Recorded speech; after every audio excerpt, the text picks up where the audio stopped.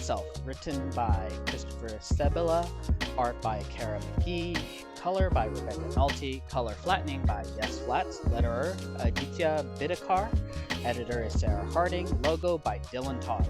Self is created by Sebela, McGee, Nolte, and Harding. Self is a sci-fi story set somewhere in the mundane world of a working woman and her doctor husband. And I have to say that it was somewhat of a confusing read. This is one of comiXology's original, not sponsored by the way, and I have to say that these originals haven't been exactly hitting it out of the park for me. We're going to discuss that. Make sure you feed the algorithm, and here we go. First category up is color/black and white. It is pretty flat as far as colors go, and I don't mean that it falls flat, but it has less of that, graphic pop that you would see in traditional comics. So more of a web comic feel. No shading lines, no cross-hatching, no extra layers. It's pretty cel-shaded, and that's not really a bad thing. It's a stylistic choice, but one that I just don't vibe with. It just doesn't mean, that I hate it. It just means that it's pretty neutral for me. So I will give it a star. It works. It's consistent. To ask for more would be pretty nitpicky of me, wouldn't it? Panels and expression. The panels are varied, which is a plus, but it feels more in place with what you would see in a webcomic that has a vertical scroll. I imagine that one could easily arrange it for that webcomic format, and it seems that these creators took a lot of influence from that particular specific medium, and that's not a bad thing. But it is something that makes it work less on a physical page, and as webcomics tend to focus on one panel at a time, instead of how these panels would flow traditionally on a paper page, it works for this. I'm going to give it a star. I'm not, in love with it, to say at the very least. Character and dialogue. This is where we get a little bit of confusion. I don't mind rereading comics to see if there was something that I missed, those little details that might be important later on. I had to reread this just to get the name of the main character, and that was first introduced on page 10. And even then I had to read the description on comiXology just to figure out the main character's full name, which was Nat Winters. The dialogue wasn't bad. It's something that you would hear all the time. Nothing really popped out as, great, but there you are. So for this, I'm just going to give it a half star. Theme and execution. I'll be honest, I don't really know what the theme is.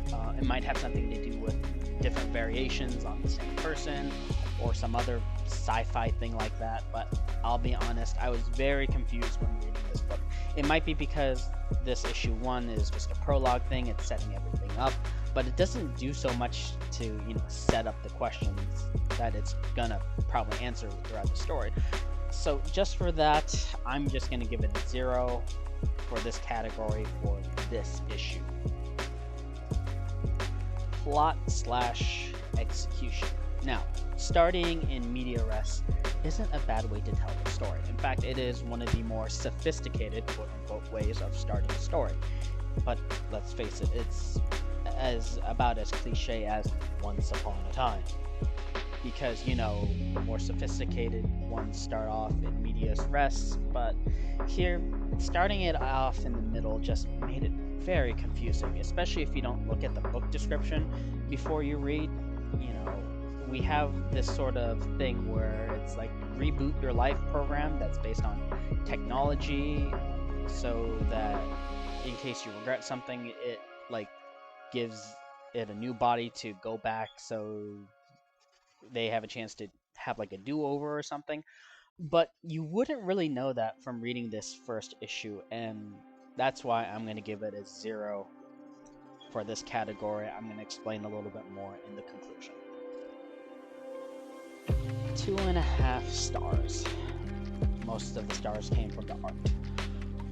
The main reason being for the low score is the story. Now, setting up a sci-fi story is, well and good, But if the gimmick is too confusing, in this case this whole reboot thing, which is the main crux of the story, then the book becomes confusing.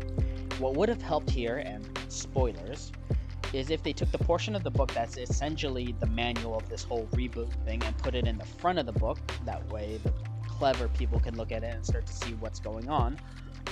Would have helped tremendously. But instead we open up with neighbors getting into a fist fight with our main character, a lot of backstory flashbacks, mysterious identity theft, and then a dude who claims to be our main character, or at least a dot self of our main character, who ends up getting blown up in a car. Are you confused? Because I am. And it's for that confusion, it gets 2.5 stars. Yes, I understand that this is all set up for the next book. It's supposed to hook you in.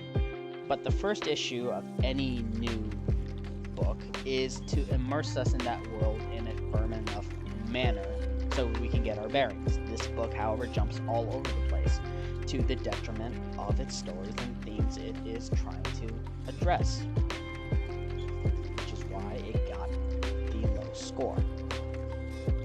Thank you again for listening to this comic book review. I hope you're having a good day or good evening. Hopefully 2022 will shape up to be a better year than 2021 or 2020, but I'm just hoping for, at the very least, uneventful. Have a good day or good evening, and ciao everybody.